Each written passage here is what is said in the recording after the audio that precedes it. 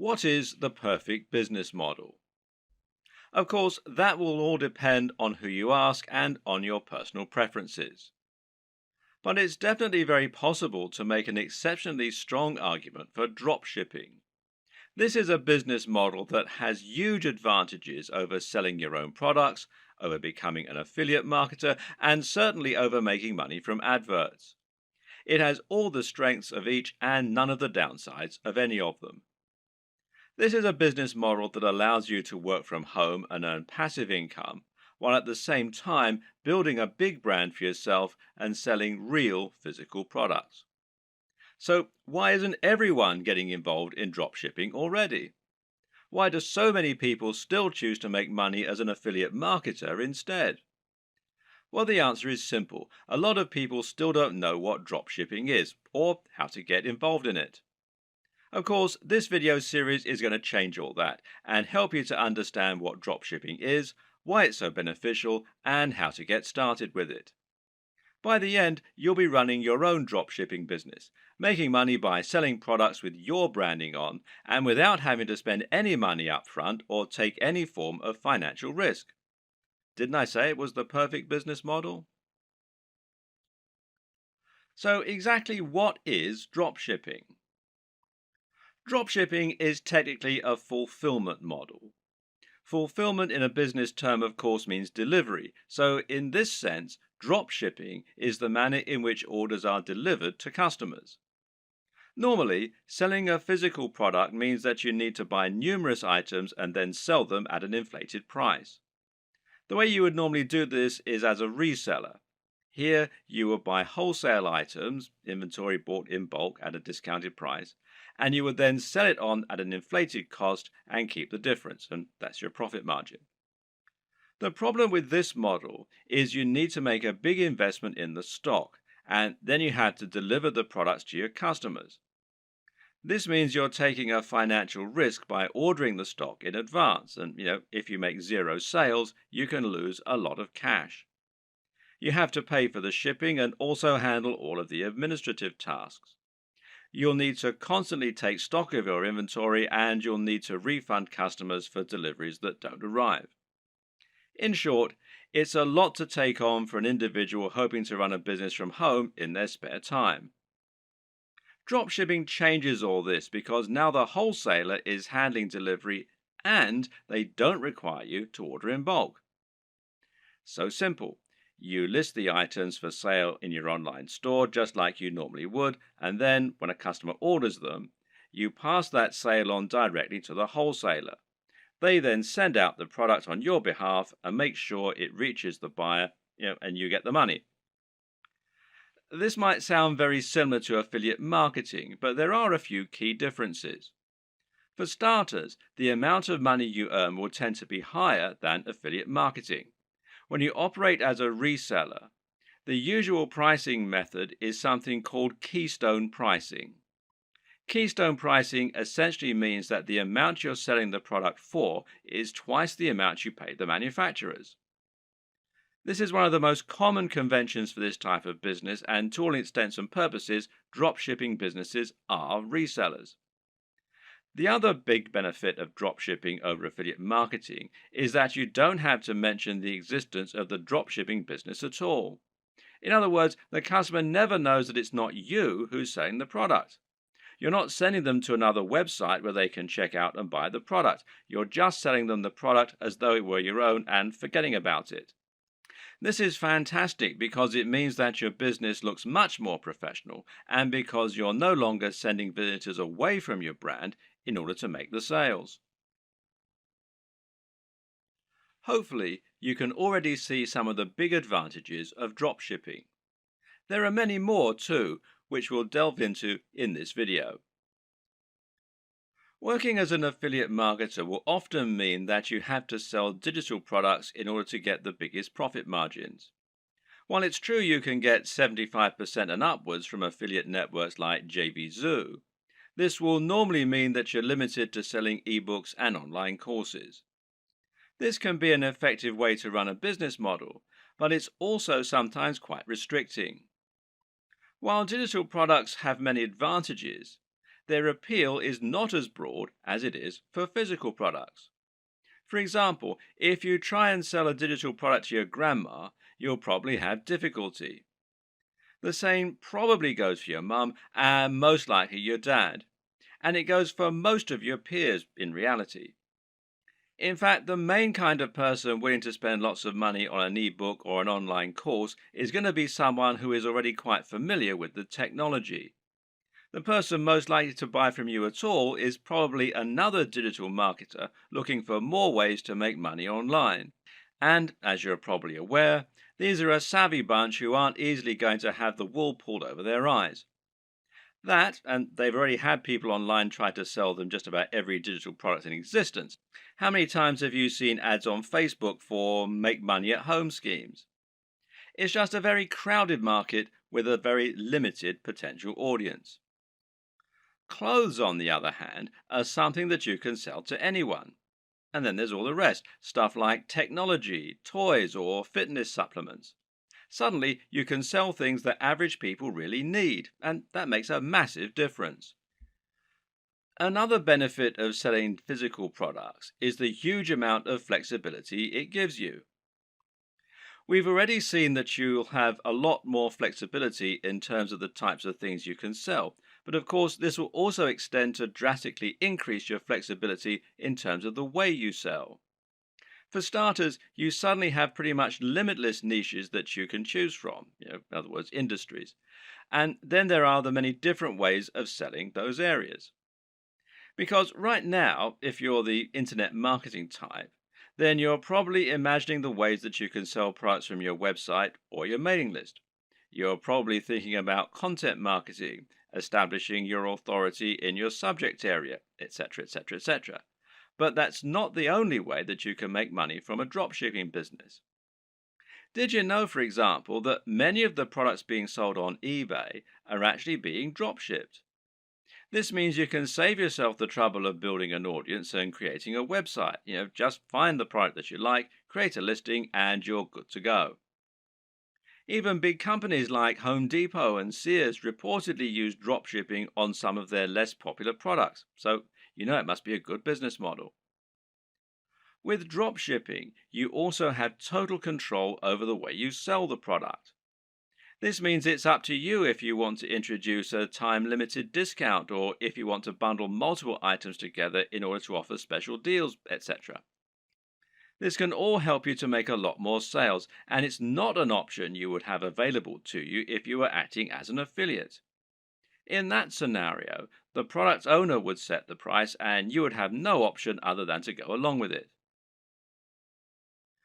We've already seen that you can reduce the risk by dropshipping.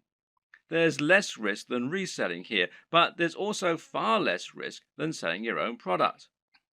That's because creating your own product would involve a lengthy and stressful process of designing the product specifications, working with factories, and then spending lots of money on materials, etc. None of this is to say it's not impossible, it's just a huge amount of risk. With drop shipping, you don't have any of this risk because you're not spending upfront investment. You simply find the product you want to sell and then promote it. But there's another way that you can reduce risk with dropshipping too, which is by picking a product that's already highly popular. By finding products that you know are already selling very well and are very in vogue, you can completely minimize the possibility that your product won't sell.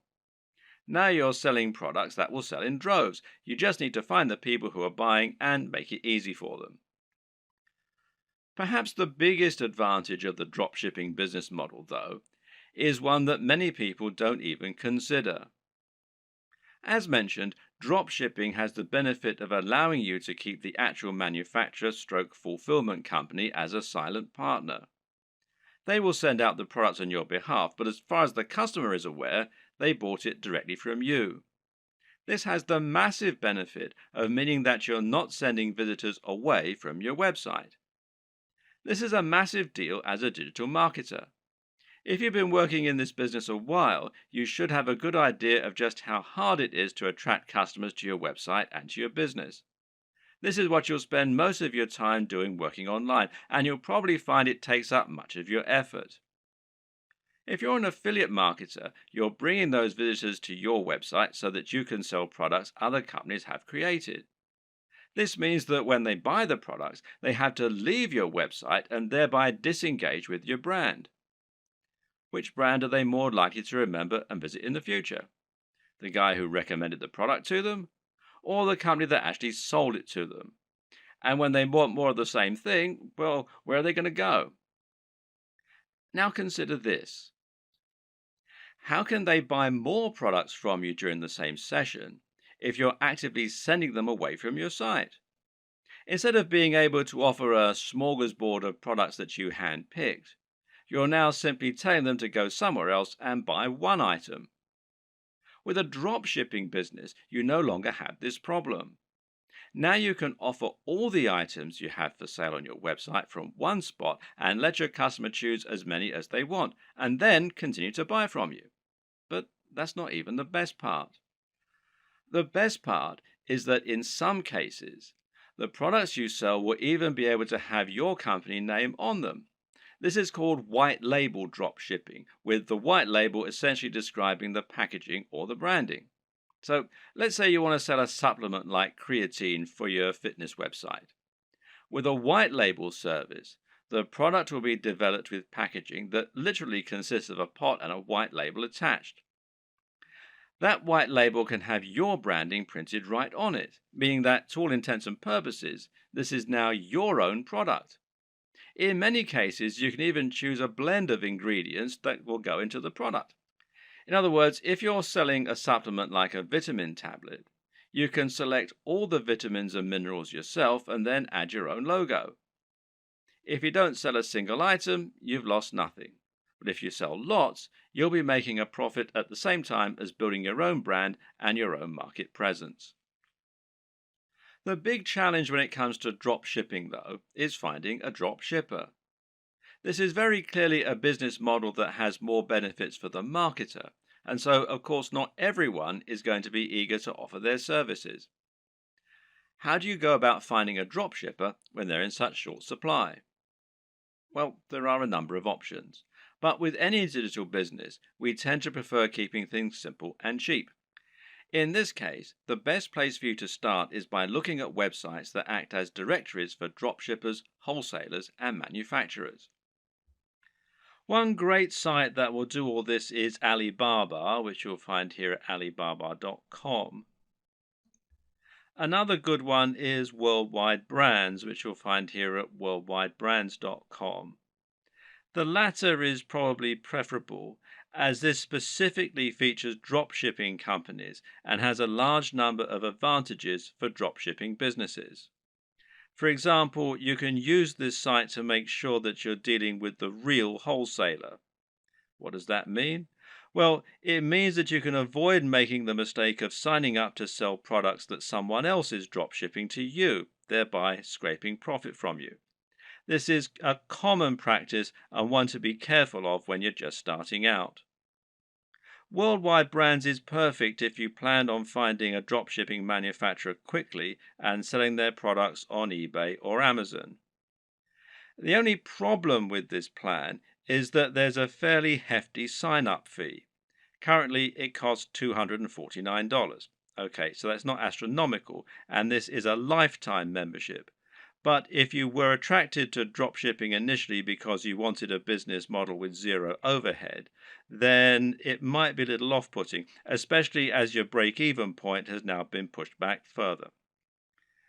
So there is a free review, though, at the time that I'm making this video. So another option is to try ThomasNet, which you can find here at thomasnet.com. which, like Alibaba, has a selection of different types of manufacturers and wholesalers selling different types of products and different types of services. Makers Row, which is makersrow.com, might also be worth checking out. Some other paid options include SaleWho and Doba, and a great free choice is Wholesale Central. Failing that, another good strategy is just to search Google.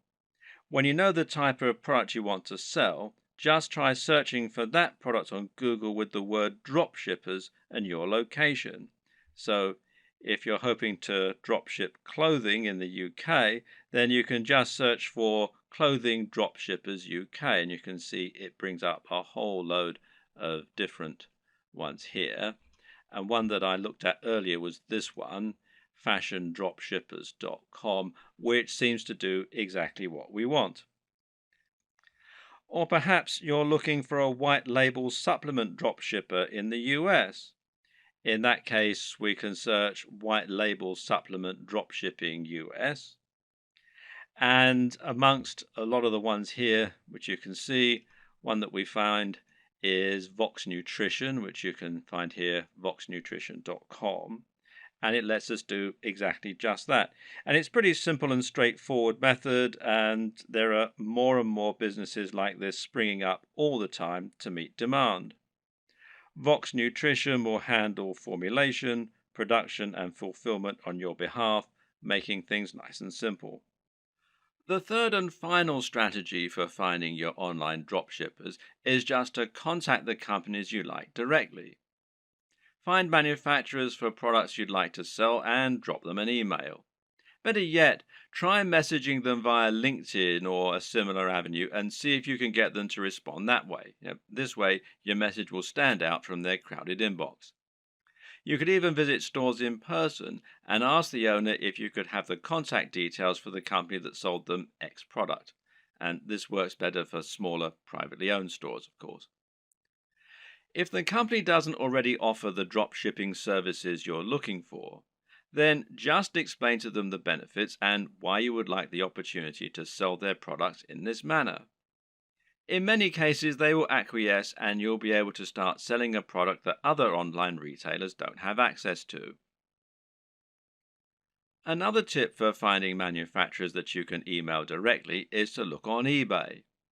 Search for a product you'd like to sell, and if you notice there are lots of people selling the exact same item, then this is a sign that they're using a dropshipper. It could then be a relatively simple matter for you to track down that original manufacturer and contact them so that you can try to do business with them yourself. Note that many wholesalers and manufacturers don't have a great online presence.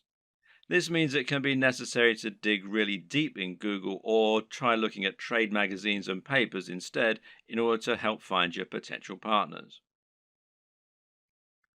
When you're dealing with dropshippers, it's crucial that you do your homework and look and act like a professional. Now, here are some tips to help you do just that. First of all, you'll need a resale certificate. Not all, but many dropshipping companies will want proof that you're a real retailer and not a consumer before they do business with you. Their concern is that consumers will simply claim to be dropshippers or resellers so that they can get items on the cheap. To provide this proof, you might need an EIN number for your business if you're in the United States. And you can find out more here at the IRS website.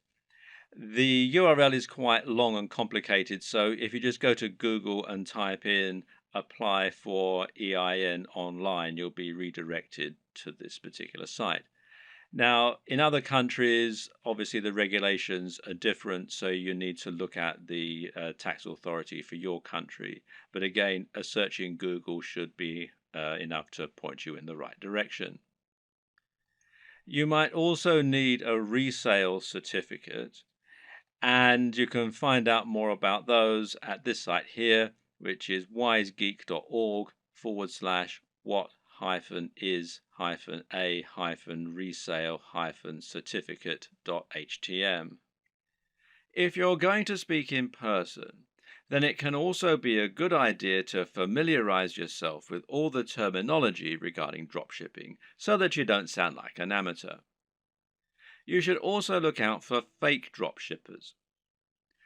When choosing dropshippers, there are a number of businesses you need to look out for. These are not really dropshippers in the truest sense of the word. You need to avoid these companies as they won't always get you the best deals and they might not be able to offer you the same kind of value as other organizations. Be aware of companies that want ongoing fees, which real dropshippers don't require. Likewise, be careful of companies that also sell directly to the public. These companies often aren't really drop shippers so much as resellers who are just trying to trick you into making a bulk order. While monthly fees and direct commercial sales are warning signs, there are a few caveats and requirements that you may need to go along with. We've already seen that many dropshipping companies will require you to provide a resale certificate, and likewise, you might find that you need to apply for an account before you can begin using their services. And this will normally involve filling out a form and explaining the nature of your business, and so on. Now, some companies also require you to place a minimum order for your first sale. This is another strategy they can use to drive away consumers, as well as merchants who are just window shopping and may not use their products in future. So, for example, you might have a minimum first order of $500, which is a little bit contrary to the entire concept of dropshipping, as you'll now have a bunch of inventory sitting around and the potential risk of losing that upfront investment. So, what can you do? Well, the best advice is to ask if you can use this initial expense as credit. Pay the first $500 and then use that amount in order to offset future sales until they've paid the full amount off. Drop them an email or speak in person to discuss this option. A lot of people just starting out are going to be very eager to find a partner to work with and will feel privileged when they get a positive response to their inquiry. It's an exciting feeling and certainly a compliment being given the go ahead to sell on behalf of a manufacturer. But at the same time, you also need to be a bit discriminating in your choice. Don't go for the first company that's willing to work with you. Make sure they're actually up to scratch. One thing to be careful of is quality control, and in this regard, you often get what you pay for. Be sure to ask the company what quality control measures they have in place in order to prevent problems like defective products and faults. Likewise, speak with them regarding their delivery times and packaging. Remember that it's your reputation that's going to be riding on the quality of their products and service, so you need to ensure that you're happy with it. Another tip in this regard is to always ask for a sample of the product. If you have demonstrated their ability to sell and they truly are a big business, they should see it as a very small investment to provide a sample of what they're selling. And if they won't, then order a product yourself as a customer. You really don't want to put your name to anything that you haven't personally checked out first. Now you have the basic idea of how dropshipping works and how you need to get started. You can begin to think about how you're going to build your own business. This all begins with choosing your product and choosing your industry or niche. The product, of course, is going to be the item that you intend to sell, and this is going to be dictated by the industry or niche that you choose to enter. An industry or niche is the subject matter that you intend to write on and the industry that you want to operate your business in. This is important. The choice is going to impact on everything from the price of your products to the type of person you'll be selling to the type of businesses you'll be working with. The reason we call it a niche, or niche as some people pronounce it, when talking about an online business, is that a niche is a particular category. This is not only your subject matter, but also the type of person who is going to be reading your content. It's very important that you choose this correctly because the niche will affect the size of your potential audience. When you choose a subject matter, you want it to be one with niche appeal. This means it's aimed at a particular type of person who is specifically interested in that type of thing. An example of a niche might be knitting. Now, if you have a blog about knitting and you sell knitting paraphernalia, only people who are interested in knitting are going to read your blog and buy from you. This way, you've cut out a niche for yourself rather than trying to appeal to everyone. That in turn means that you have drastically reduced the amount of competition you're facing. Now you don't need to compete with the biggest companies on the net, and you'll find that paying for things like AdWords advertising is considerably more affordable than it would be for a more general topic. Likewise, getting to the top of Google for relevant keywords like buy knitting gear online is going to be far easier than trying to get a general e-commerce keyword like shop online. The latter will put you up against mega companies like Amazon and pretty much every other online business on the net. But the problem with choosing a niche topic is that sometimes it can be too narrow, to the point where no one is interested in buying from you. If your niche is puppies with three legs, then you're going to have a very small number of amputee puppy owners who can buy from you. You'll find it relatively easy to dominate the search engines and to be the number one supplier of products in that area. However, once you've sold to all 200 readers, well, you've pretty much reached the limit of what you can sell. On the other hand, a niche like fitness may be considered too broad.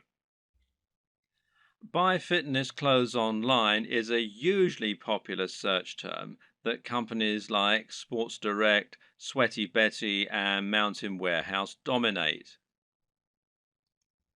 Even ranking for search terms like how to build muscle is going to be very difficult. The perfect niche or industry is one with a broad appeal, but which still gives you a unique twist. This way, you'll be able to appeal to a lot of people, but you'll also be able to avoid directly competing with the biggest competitors.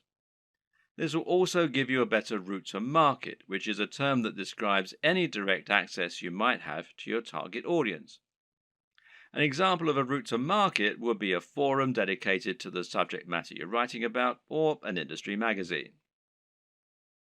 With all this in mind, how do you find the perfect niche for you? Well, there are a few things to consider. Now, a lot of people watching this are going to already have a blog or a website. In that case, the best niche is obviously going to be the one that you're already in. All you need to do is simply pick a product that your current readership will enjoy. You should already have their trust, so all that's left to do is to offer them products and explain how and why they can benefit from them. Then there's an area you're already interested in. This will often align with the last point, but you should always pick a niche that you find personally interesting. This makes a gigantic difference to the quality of the content you put out, to your ability to pick the best products, and more. Remember, as a blog owner, you're going to be required to write thousands of lines of content on this subject in order to demonstrate your expertise and to gain the trust of your voters. If you don't know anything about the niche, this is going to come across in your writing and you're going to find it a very dull job. On the other hand, if you have a legitimate love of the niche you're writing in, you'll find it no chore at all to write all that content, and you'll find it much easier to wow your readers with what you know. What's more, you'll have a better idea of how to pick a truly great product that will stand out and attract your audience. You'll have your finger on the pulse. There are also niches where you have an upper hand.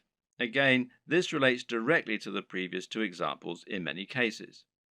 Suffice to say that most of us will have contacts and advantages in some niches that give us an edge. Perhaps, for example, you happen to know the owner of a very big fitness website or of a very big fitness magazine. Knowing this person will thereby make it much easier for you to get a cheaper advert or maybe even an article inside the magazine. Now you can reach out to that audience directly and hopefully sell more product. Have a long think about your list of contacts and friends, and then consider finding a product that will let you make the most of those advantages.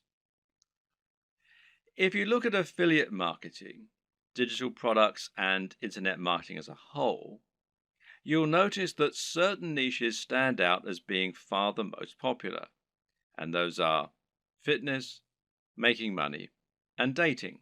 Now, why are these the most popular niches? On the one hand, it's because they have the broadest appeal. But the biggest reason is that they offer the best value proposition. A value proposition is basically the way in which your business is able to offer value. This is the way that your products can change people's lives. What is the end result of owning your product? If you're selling a hairdryer, then what you're really selling is the convenience and dry hair.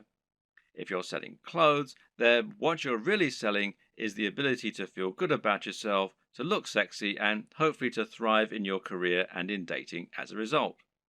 This is what sells. Try and sell a book about cats, and you're not really offering much beyond a few hours of entertainment. But sell a book about making money, and you're selling a dream. By choosing a product that can really change people's lives, you're providing much more value, even if the manufacturing costs stay the same. Now, this lets you charge more and make more money as a result, and it basically comes down to the niche.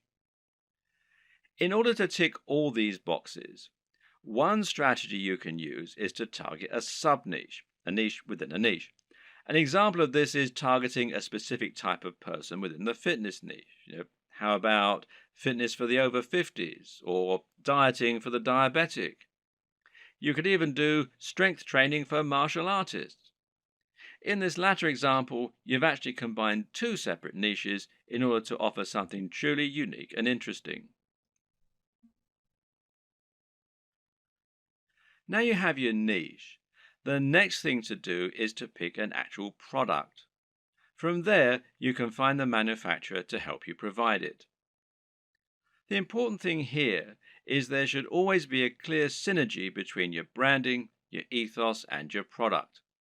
That is to say, you should have a real affinity with the product and be selling it as an extension of your mission statement. What you must not do is simply find the first product you can sell within your niche and then go out and try to sell it. An example might be to create a fitness website, build an audience, and then sell a really basic protein shake that is already well known. Can this work? Well, sure it can, but why would people bother to buy from you when there are countless other sites where they can find the exact same thing, or when they can buy it down their local high street? Likewise, if you're selling a product that is obviously not your own and is so generic, it can actually hurt your trustworthiness. It's clear that you're trying to make money, which isn't a bad thing in itself, but you're not offering any unique value in return. You're just saying, oh yeah, and why not buy this generic product while you're here? On the other hand, if you can find a product that is somewhat new, somewhat different, and that mirrors your personal approach to fitness, to business, or whatever your niche is, then you can sell something that you really believe in and can get excited about. And this is something that will come across and make itself apparent for your visitors too. This is one reason why it can be so great to have a hand in helping design the product, as with a supplement, for example, where you get to choose the ingredients. Similarly, you can make money from selling a product that is a little lesser known and that you find particularly interesting and exciting. The best brands will be the ones that can grow with you. Find a company that's doing something new and exciting and express that you'd like to work with them. From there, you can then focus on growing and building your business. And this will help you to form a real relationship that's mutually beneficial and that your customers can appreciate too. Of course, there are many smaller considerations to keep in mind when selling your products. Should you sell a consumable, or should you sell something that will last a long time? Should you sell a product that's very expensive, or one that's very affordable? In the video on e-commerce and pricing, we'll discuss this in more detail, but suffice to say that it can make a lot of sense to sell multiple products in future, as that way you'll be able to benefit from multiple different types of business model and you'll be able to draw in a wider range of buyers. Having a range of prices means you can cater to people with all kinds of budgets and build some loyal customers who might increase their average spend with you over time. For example, a cheap consumable has the distinct advantage of being something that will keep your visitors coming back. If you sell a protein shake, for instance, then your buyers will probably want this about once every month. If you provide a reliable service and appealing prices, then this is an excellent way to get repeat business and to have a recurring income, which in turn will be highly convenient by letting you make more concrete plans for your budgeting, etc. Another option is to run a box business. Now, these are businesses that sell selections of products on a recurring basis. Someone will subscribe to your business and you'll send them a package containing a set number of products each month. This could be a range of different items or it could be one thing. Loot Crate, for example, is a business that sends pop culture merchandise to comic book and games fans. Part of the fun of this service is that they never know exactly what they're going to get, but it will always be something interesting and exciting. Then again, you also get men's grooming services that send the same selection of consumable razors, shaving foams, etc. to their customers every month. This is a different way to create your dropshipping business, one that allows you to add some real extra value and also to promote the products of your partners in an exciting way. There are many other ways you can add value too, whether it's providing freebies like some kind of PDF, offering the best discounts, or somehow upgrading the product you're offering before it reaches the customer. Whatever you decide, the big question to ask yourself is, what value are you providing? What are you offering on top of the products themselves? How are you providing value not only for the customers but also for the suppliers? And what advantages do they get by coming to you instead of going to somewhere like Amazon? Finally, of course, you need to ask yourself what types of products will sell well. And this is particularly important when you first start out and you perhaps only have one item to begin with. If you're going to begin your store with just one item, then it's highly important that this one item be something that will sell well and get your business off to the best start. And the best way to do this is to pick something that has a very clear function and which is easy to explain. Solve the problem that your visitors have. What do people in this niche need? And how can you solve that issue for them? If you can answer this, you should have no problem selling your first item as long as it's well made and as long as you're persuasive enough to make it sound amazing. If you already have a website and an audience, then you can skip this video. Otherwise, it's crucial that you keep watching in order to ensure that your brand is aligned with your business model and the product you're selling. A good place to start is by asking what exactly a brand is. A brand is much more than a logo. Rather, it's an ethos, a mission statement, and an approach to business. The logo simply tells people that the product or service they're receiving adheres to the same standards as whatever else they've used from you in the past.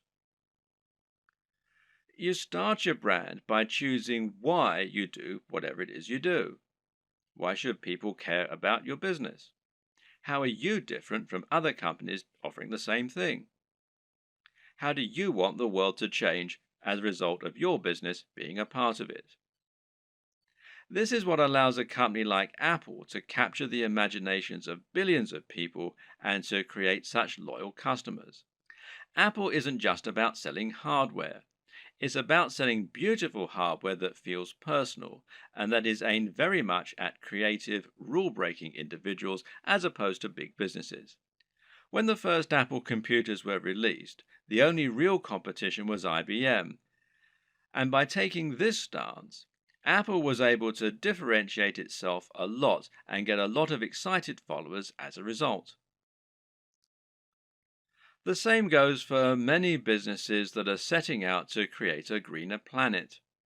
These companies are doing something more than just making money, and their fans love them for it. This is enough to make people choose their products instead of the same products offered by another business. And this ethos means that people know instantly that the service is aimed at people like them. So ask yourself what the driving motivation behind your business is. You're a fitness company. Okay, but what is it that you really believe in? Why is fitness important to you and your customers? Do you think that people are happier when they're well? Do you want to help the average person to have a more fulfilled life thanks to a healthy lifestyle and diet? Or do you love the idea of becoming more powerful? Are you all about building strength and speed and challenging the limits of human potential? These two companies might sell the exact same product, but the way they go about it is completely different. And if you can convey this mission statement, then you'll find the right type of customer will go absolutely nuts for your brand. That's the kind of customer whose vision is aligned with yours.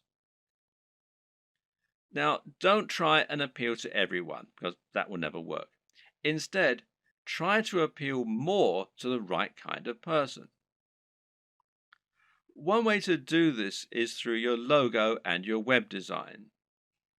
The objective of a great logo is to communicate what your business is all about. You're trying to tell people what you sell and why you sell it as soon as they look at your business. So, say your company was all about health and natural products. Then you might make a logo that had a tree on it or a heart, and it would probably be green in color and have an uplifting, healthy sounding name. Conversely, if your business is all about punishing workouts in the gym, then your logo might include a picture of a dumbbell or a barbell and have the word iron in it somewhere. The idea is that the combination of your logo, company name, and perhaps blog posts is enough to tell any visitor to your site right away that this is a company aimed squarely at them, selling products they're going to love. This should also extend throughout your site design. Meanwhile, make sure that your logo is designed using a vector file, meaning that it's made in Illustrator or a similar piece of software that keeps it easy for you to edit and resize. And avoid using cliches. Once again, this is a good place to invest a little of your own money up front. It'll pay off in the long term. The mistake that a lot of people make is to try and sell right away. This can work sometimes, but it's not generally the best way to build trust, grow an audience, and ultimately secure the best long-term profits. That's because it's somewhat similar to walking up to an attractive stranger in the bar and asking if they want to come home with you. 99% of the time, this will be met with a slap. Most people prefer to get to know the person propositioning them at least a little bit first. So you need to try and introduce yourself properly and let the person feel that they know you and that they can trust you. This is the exact same for a business when you're trying to sell something. Imagine approaching a stranger in the street and asking if they want to buy from you. This is the basic concept of content marketing. To build an audience of people who love your content and who trust your opinion so that you can convince them to buy the products you recommend and so that you can keep bringing people back to your site time and time again, giving you multiple opportunities to make a sale. The way you do this is to start by writing high quality content and to post this to a blog on a regular basis. The more you write and the more you research your subject matter and make it different and interesting, the faster you'll build a dedicated audience you can sell to. Demonstrate that you really know what you're talking about, that you only recommend things you genuinely believe in, and that your audience can trust you to be a resource for more useful ideas and information. Likewise, try to build your mailing list and social media presence. Incorporate your brand strongly on all your social media pages and in anything else you create, so that people will know they're dealing with the same business. Getting someone to follow you on social media when they think they might be interested in your brand is far easier than getting them to buy a product from you and actually spend money. Social media accounts will meanwhile help you to bring more new customers to your site by letting people share with their network. You can help this too by providing social sharing buttons, like these from shareaholic.com, that will let people easily like your content on Facebook or tweet to it on Twitter. Once you have generated a big audience of people regularly coming to your site, you should start thinking about introducing products to your page. If you've really created a brand you believe in, and if you've been providing real value in your content, you should find you have true fans, and a true fan will be desperate to buy your product when you start selling them. Of course, there are many additional methods you can use to send more customers to your products and to market your store. One option is to create your own affiliate program and to encourage more people to help market your items. Another method is to pay for advertising, whether this is a pay-per-click campaign through Google AdWords or whether it's an advert on Facebook that is highly targeted to your specific demographic. This works well in scenarios where you're selling from eBay or Amazon and aren't trying to build up an audience. If you're going to pay for advertising, though, you need to calculate the LCV, now that's lifetime customer value, of each customer. This will allow you to ensure that whatever you spend on your ads, you're making more back and thus seeing strong ROI or return on investment. But to take this next step, you're going to need to make another new addition to your business. And I'll talk about that in the next video.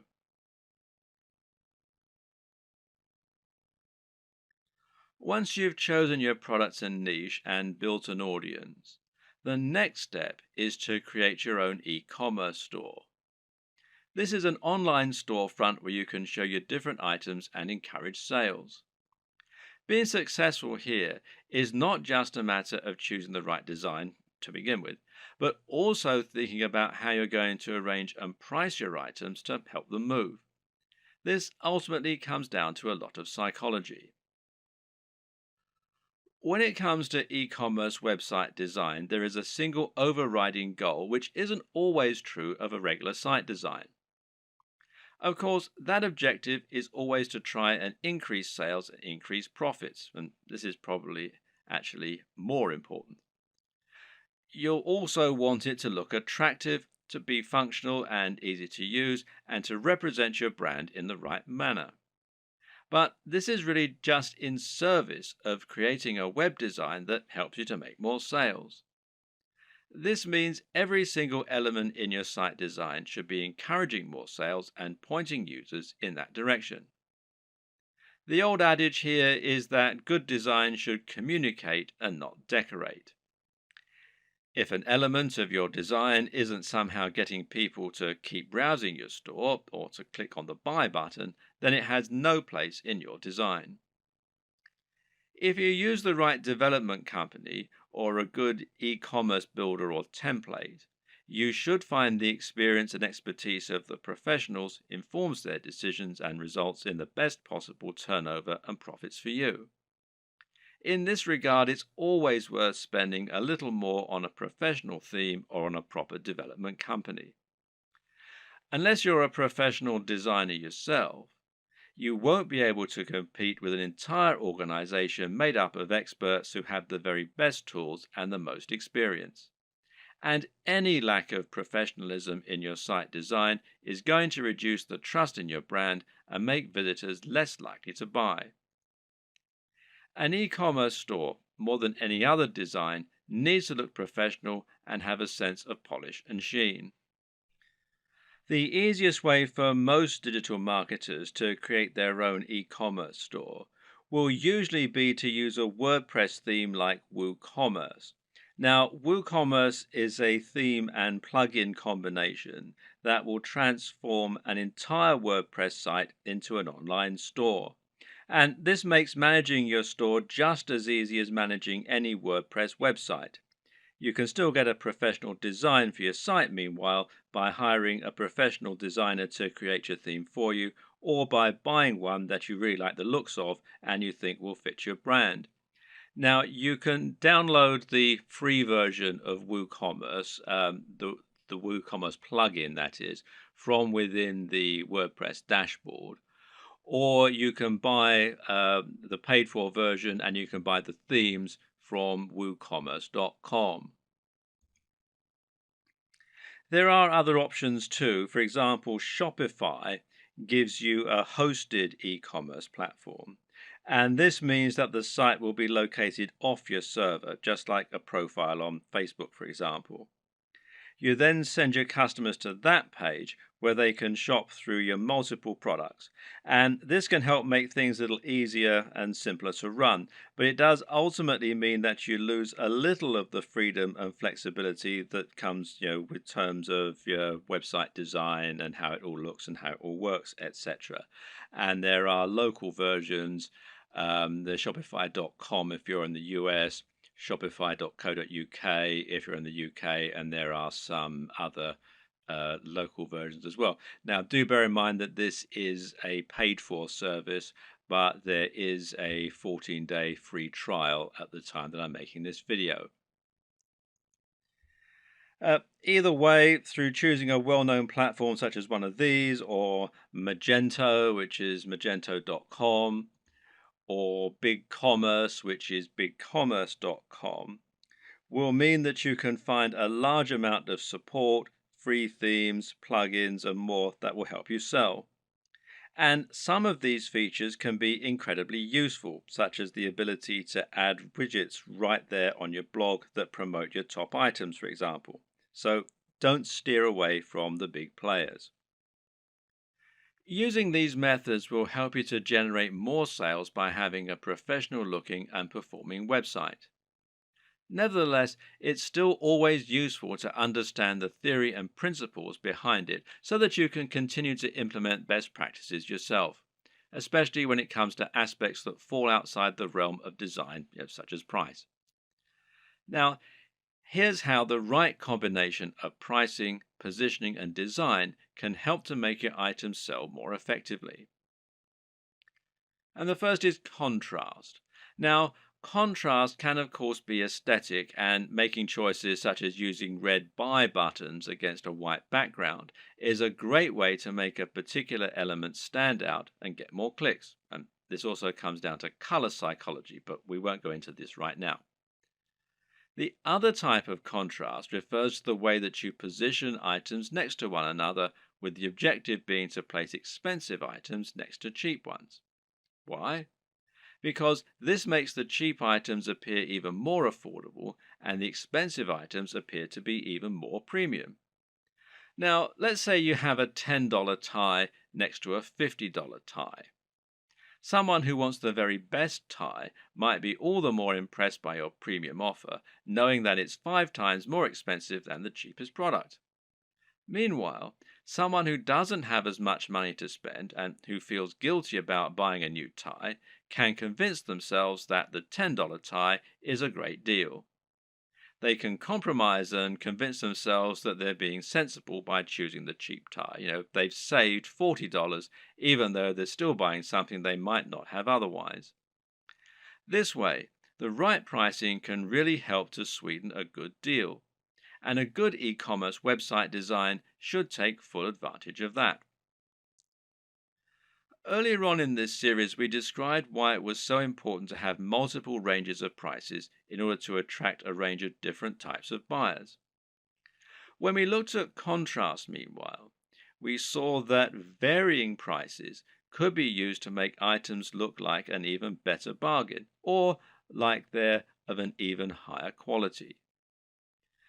But another very important reason to have cheaper items as well as more expensive ones is that it can be a great way to build trust. If someone has never bought from you before, they might feel concerned that the products won't arrive or they won't be as advertised. Even if they read your content and like it, they've no guarantee that what you're selling is going to be high quality, or that the site will be secure from data leaks. Thus, they aren't going to want to spend $1,000 the first time they ever do business with you.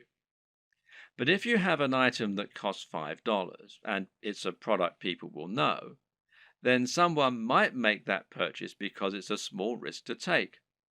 Now you can demonstrate the quality of your service and save their details, making it much easier to sell bigger items in future.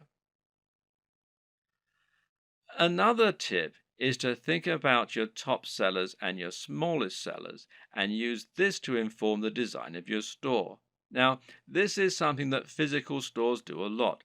They'll place their biggest drawers right at the back of the store.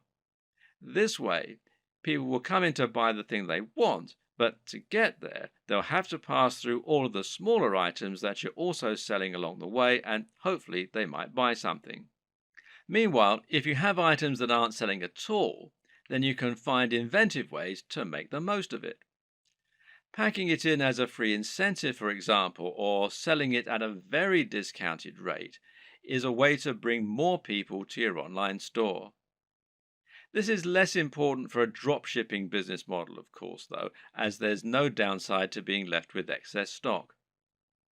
What's important to consider when looking at an e-commerce website design is that in order to make a sale, you'll have to overcome certain psychological barriers. This is actually often the most important step in making a sale.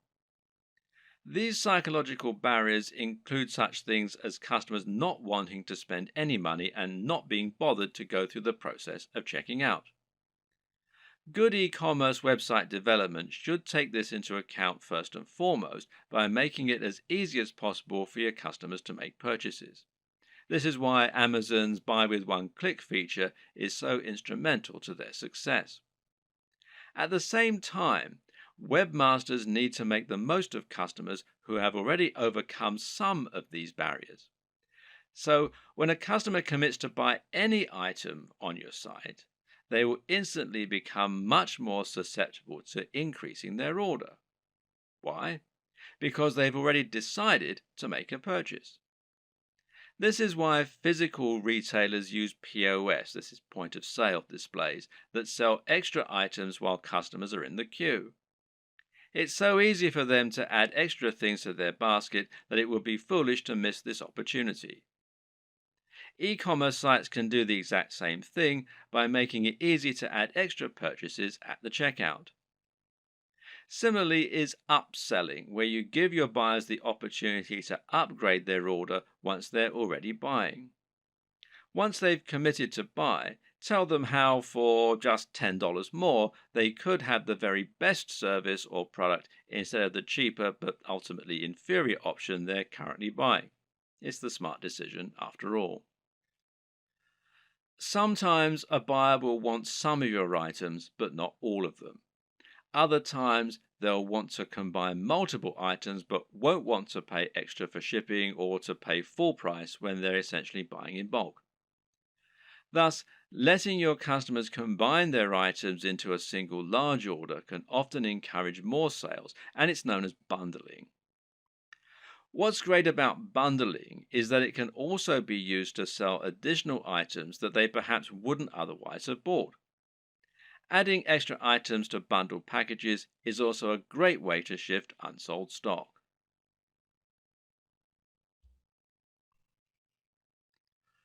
One aspect that can help you to boost your sales is so big and important that it needs its entire own video, and that's your persuasive writing.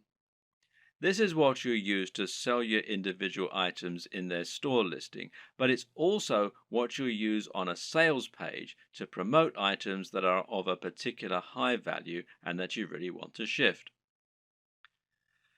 The first and most important tip is to capture the attention of your readers as quickly as you can.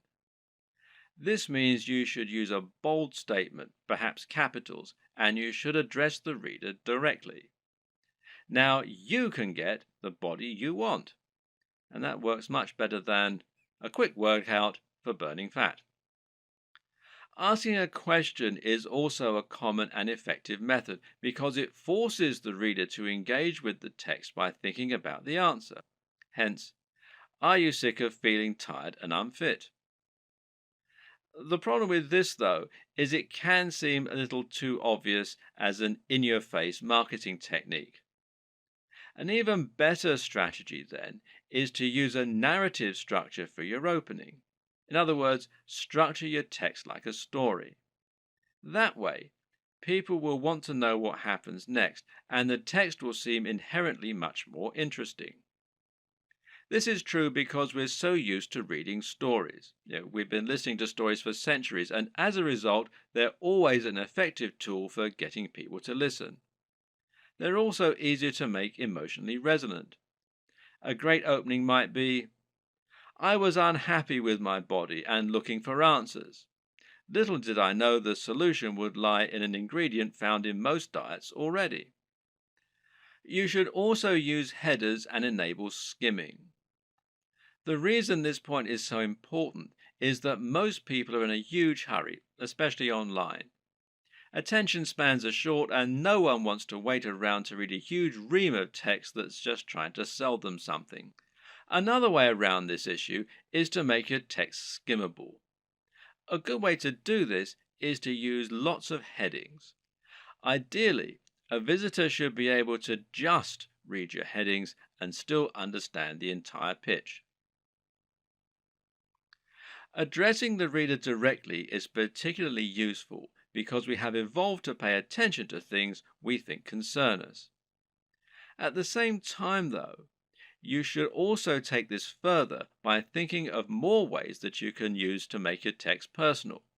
In particular, this means using a personal interest story. Explaining how your product works by saying how it has helped someone else or even you. And this works much better because it means the reader will be able to imagine how it's going to affect their life, and because they'll be more likely to connect with what you're offering on an emotional level. Earlier in this series, we discussed the importance of value proposition. This is something you should always keep in mind when selling. How do you make the product applicable to the reader? How do you give it emotional weight? Well, try to get them to imagine what life will be like once they have your product, and this will make them want it more. When someone reads your text, they're going to know you're trying to persuade them, and so they'll be on the defensive. They'll be thinking of all the reasons why what you're saying probably isn't true. But you can combat this by addressing each concern in your text. Try and second guess what the reader might be thinking, and then explain why this needn't be a concern. This also means trying to come up with solutions to the most common barriers to sale. These are the psychological barriers that prevent people wanting to buy, such as the risk element. We've already seen one way you can get around that by selling products from a trustworthy site and selling cheaper items first. Another tip is to make sure you have a full money back guarantee. This is something people won't often use, but knowing it's there will help you to make many more sales. You can also try to combat buyer's remorse, which means taking away the feeling of guilt people get by spending money. Using the contrast technique is one way to account for this. Another is to describe your product as an investment.